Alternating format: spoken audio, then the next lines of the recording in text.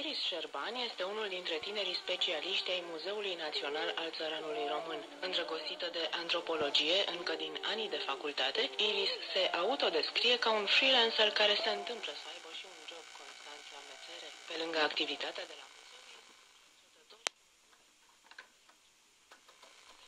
proiecte independente. În activitatea sa de freelancing, Iris s-a implicat în proiecte de salvare, recuperare și punere în valoare a patrimoniului material, proiecte de cercetare a istoriilor de locuire și a vieții cotidiene în cartiere din București care astăzi nu mai există. De asemenea, Iris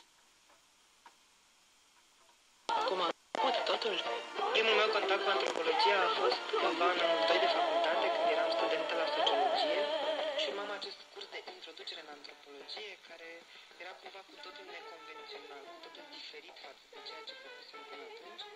Era un curs în care